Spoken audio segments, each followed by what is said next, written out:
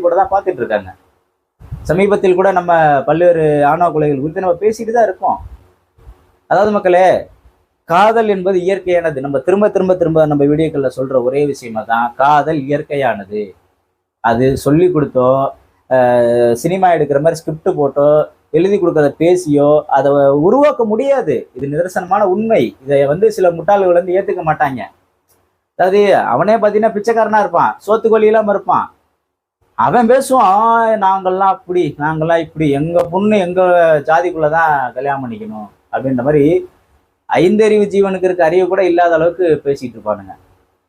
ஆனா இன்னைக்கு இந்த பையன் அனைத்து விஷயத்திலும் தகுதியான நபர் தான். பொருளாதாரத்திலும், அழகிலும், அறிவிலும் தகுதியான ஒரு நபர் தான் இந்த பையன். இப்படி இருக்க பையனை இன்னைக்கு வெட்டி படுகொலை செய்யப்பட்டுள்ளார். உண்மையிலே